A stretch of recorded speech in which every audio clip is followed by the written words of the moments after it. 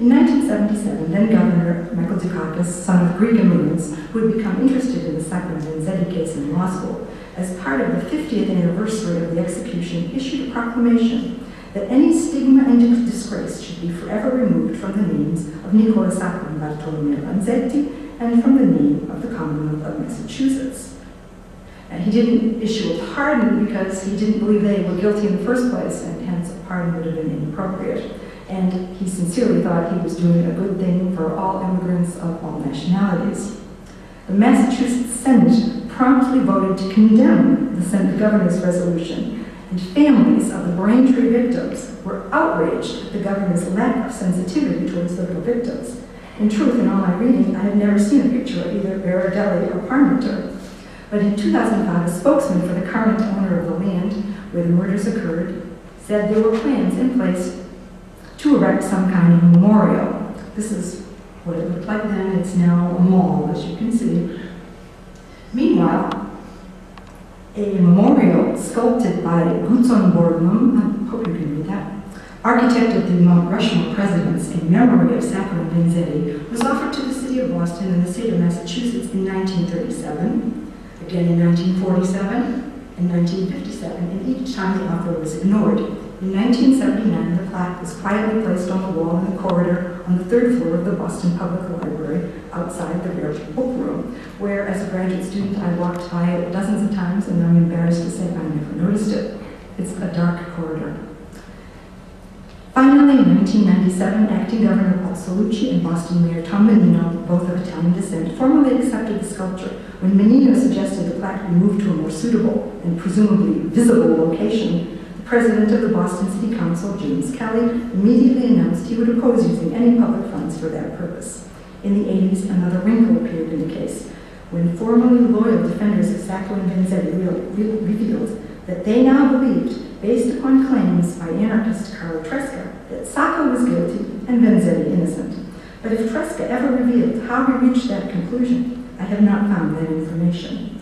Most recently, in December 2005, a newly discovered letter written by Upton Sinclair revealed how he had wrestled with his conscience over his defense of Sacco and Vanzetti after their former lawyer, Fred Moore, had told him outright he believed the two men were guilty. No sooner was this news published in the LA Times than the right jumped onto the letter as one more proof of the lies and hypocrisy of the left. And Sacco and Vanzetti were once again in the middle of a squabble they never could have imagined. For the record, later in that same letter, but it doesn't make such good press, Sinclair discusses his doubts about the truth of Moore's claim and notes that Moore had also told him that Sacco and Vanzetti had never actually admitted guilt to the lawyer. In his fictional account of the story, the novel Boston, Sinclair's heroine starts out believing Bart and Nick are innocent and ends up not knowing what to believe, much as Sinclair must have felt. You may be wondering about the title of this presentation. Last summer, when the most recent Superman film was released, the Man of Steel was no longer fighting, as he had for decades, for truth, justice, and the American way. Hollywood, with an eye to the international market, having concluded that the American way, whatever that was, would no longer sell abroad. But as we have seen today, the rest of the world disapproving violently of U.S. actions is nothing new. In fact, in a recent book by Andrei Markovitz, Uncouth Nation, Why Europe Dislikes America, he traces anti-Americanism all the way back to the American Revolution. In examining the lengthy saga of Sacco and Vanzetti, we must surely be persuaded to examine what exactly we mean when we speak of the American way, or perhaps what we want it to mean. Our founding fathers fought for the belief that all men are created equal with certain inalienable rights. The citizens of Boston tossed tea into Boston Harbor in protest of unfair taxes. The American Revolution was fought so the new nation could be free of long-distance religious and political tyranny. Henry David Thoreau wrote his essay on civil disobedience not all that far from where Sacco and Vanzetti were executed. Thoreau imagined a state which could, quote, afford to be just to all men and treat the individual with respect as a neighbor, even if a few were to live aloof from it. But in the grip of the Red Scare, the descendants of the Founding Fathers, in their fear of an other they did not understand, failed to recognize many of the same dreams when they came from the mouths of men who spoke differently. When Bartolomeo Vanzetti spoke of fighting for tolerance, justice, and man's understanding of man, the leaders of Massachusetts did not catch the echo of their own earlier fight for freedom. This is what Vanzetti had to say to Judge Thayer upon being sentenced to death. I would not wish to a dog or to a snake what I have had to suffer for things I am not guilty of. But my conviction is that I have suffered for things that I am guilty of. I am suffering because I am a radical, and indeed I am a radical. I have suffered because I was an Italian, and indeed I am an Italian. I have suffered more for my family and my beloved than for myself. But I am so convinced to be right that if you could execute me 2 times, and if I could be reborn 2 other times, I would live again to do what I have done already. Sacco-Vanzetti hoped that their deaths would bring about the revolution that would free the working class. In this, they would be disappointed. I trust, however, that they would be pleased to know that we are here tonight to talk together about the things that were so important to them. And I can't speak for the evidence as it was, the evidence of the trial was simply, it was tainted. Based on everything I've read and so much contradictory evidence, if I were on a jury today, I would have to say that I would have reasonable doubt easily.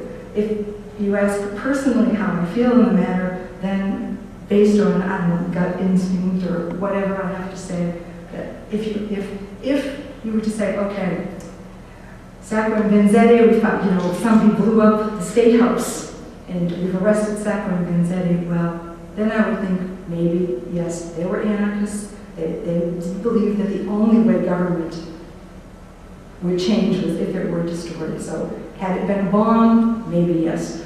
But reading what they wrote and everything else, it's hard for me to accept that they would have actually been able to commit such a brutally violent crime against 2 men who were the same working class that they were fighting to save from oppression. And so that's what bothers me, the fact that I don't think that they could have just stood there and cold-bloodedly murdered maybe a judge, but not 2 innocent men.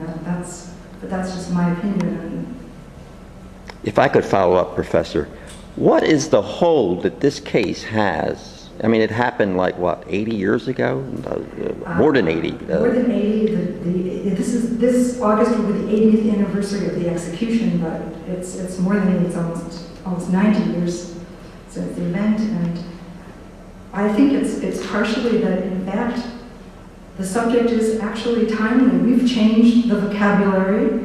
We're not using the word anarchist, perhaps, but the issues that we're facing are the same. Now we're talking about civil liberties and homeland security, but the problem of immigration and how we treat immigrants, I think is very much alive, and that may be part of it. And I can't speak for the rest of the country. I'm astounded, but maybe not surprised that in Boston this is still alive. I don't know in Baltimore if there's the same kind of anger and the same politics. It's hard to admit that a government in a country you love could make a mistake.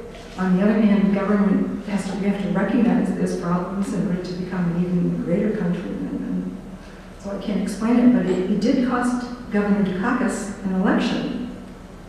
He was running for governor again, and the controversy he unleashed by doing what he felt was a good deed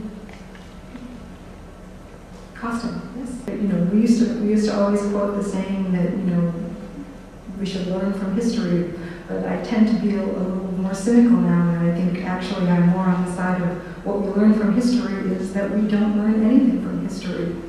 We just keep falling into the same traps. Sacco and Vanzetti were anarchists, but they were fighting for goals that seem so reasonable from their point of view. They wanted freedom, tolerance, man's understanding of man. They wanted to build a society in which everyone was equal and lived together and shared and worked together. It's hard for us to equate that with anarchy because we think of anarchy as disorder. But they actually, the anarchism movement wanted something, a society that was extremely ordered.